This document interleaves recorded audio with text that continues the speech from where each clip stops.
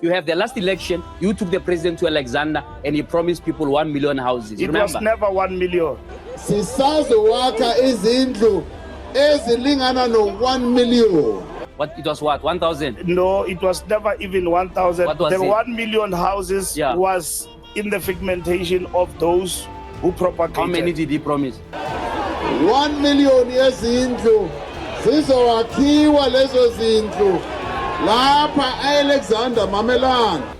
It was not 1 million. It was almost 100,000 houses that we wanted. How many of those have you built since he made that promise in 2019 before the last election? 2019 was just 2 years ago. Yeah, so? Yes. So you need more than 2 years to build a house? No, we are building every day. As we in Alexander? As we speak now, we are building in houses. Alex? We are building houses. But in Alex? Even in Alex. We are building houses everywhere. There's not a single house that was built in Alex after that promise he made. Politicians lie. We know that. But in South Africa, it's worse. And Cyril Ramaphosa, he might be the worst of them all.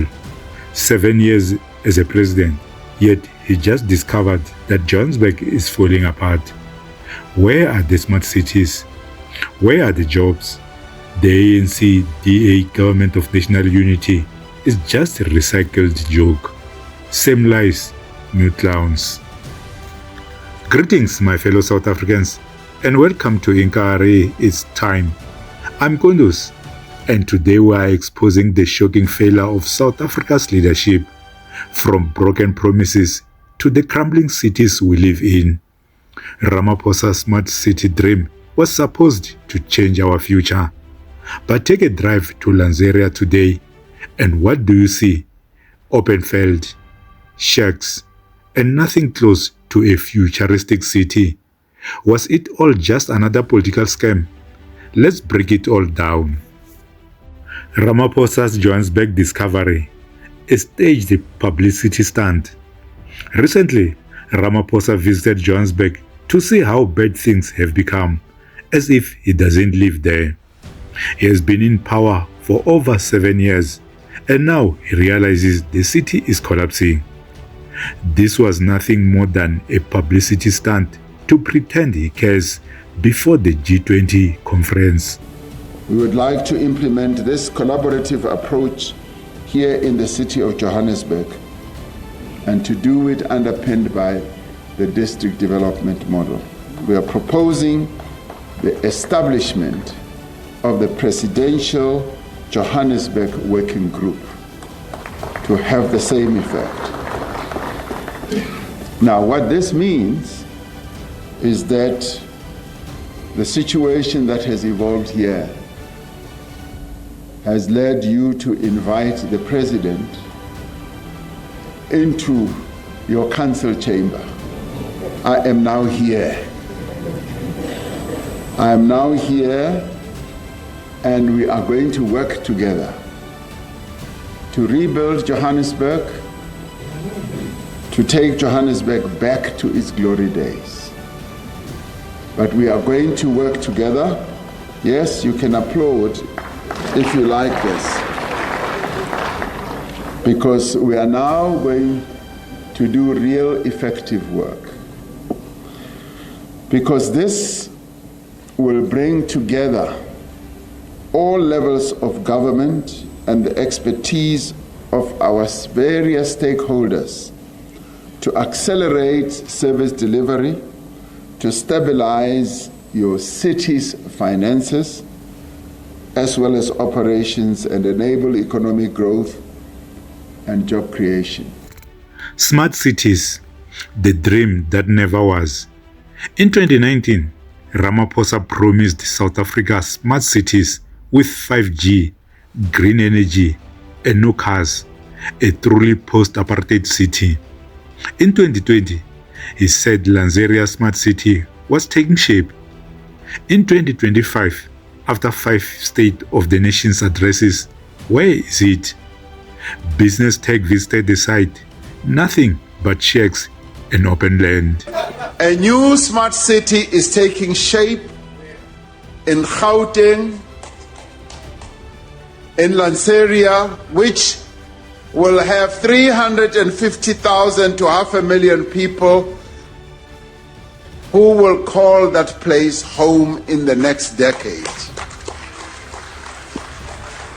Now, this process is being led by the Investment Office in the presidency alongside the provincial governments of Gauteng and Northwest, working together with the cities of Johannesburg, Tshwane and Madibeng.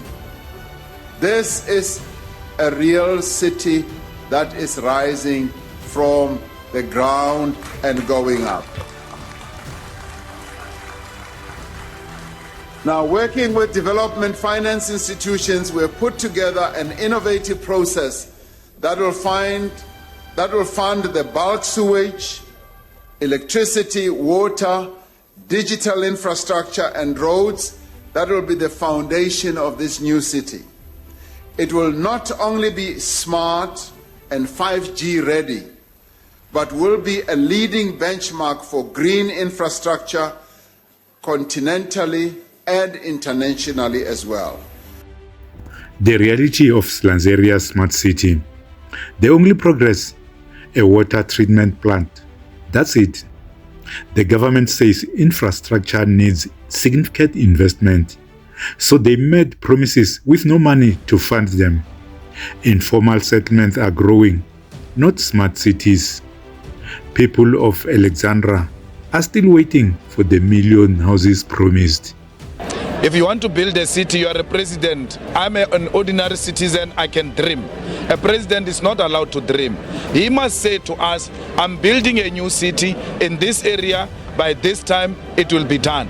He doesn't have that privilege of dreaming. When you say a bullet train, where and when? You cannot just talk as a president. You have to have a target. We didn't get that today. We were just told of 2 million jobs which are going to be created in 10 years' time, and that is not going to happen. But what about the reality of the constraints of our economy? We have seen the construction in the past 2 weeks. He has to say, guys, the reality is that the economy is not growing at the speed we want, and therefore I've got no ideas. He must be honest like that. He must not create an impression that he's got an ideas. Cyril is playing with us. Cyril wanted to be president in the 90s. Till today, Cyril doesn't know why he wanted to be president, except that he wanted to be president. The only ambition he had was to be president with no plans. And now he's still dreaming. We can't have the privilege of dreaming now. We were dreaming in 1990, we were dreaming in 1985 when OR said render the country ungovernable. We were dreaming of a democratic South Africa where people will be equal and jobs will be available. We can't be dreaming again after 1994. Post 1994 was supposed to be the implementation of the dream of the young lions of the 1976 generation, of the 60s generation. Why are we dreaming now? What happened to the dreams of those who came before us and fought for this democracy? GNU, a coalition of lies. The ANC and DA's Government of National Unity, GNU, was supposed to bring solutions. Unemployment is skyrocketing. Townships are drowning in poverty. Corruption still rolls. Service delivery has collapsed. Nothing has changed. Just new faces telling the same old lies. You know what the president has done, and which is something that he's been consistently doing. He took the podium and lied to South Africans, undermined the intelligence of South Africans. Firstly, if you look at how the indicators are there, he can't be speaking as if things are better. And he wants to mislead South Africans by making a comparison of how things were during the times of apartheid. This is his 8th SONA. It would have been much better if he was going to compare the performance of the country under his leadership, meaning his 8th SONA, whereby he was presenting the state of the country. So in our view as a party, he just lied and he undermines the intelligence of South Africans.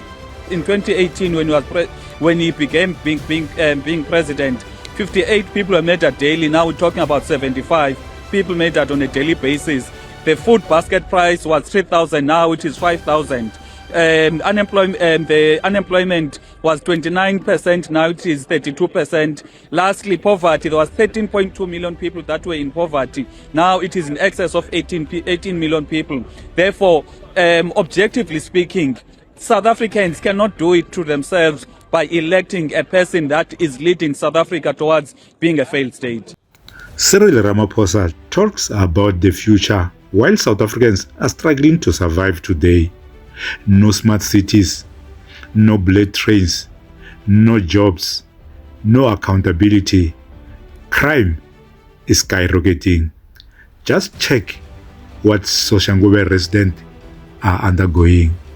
This is why people have lost faith in politics. It's all smoke and mirrors while the country burns. I want to hear from you. Do you believe Ramaphosa's smart city dreams will ever happen? Or was it just another election lie? Drop your thoughts in the comments. Don't forget to like, subscribe, and hit that notification bell for more real discussions on South Africa's future. This is Kondos from Inkarhi. It's time. Stay informed. Stay empowered. Let's demand the change we deserve. Thank you for watching and take care.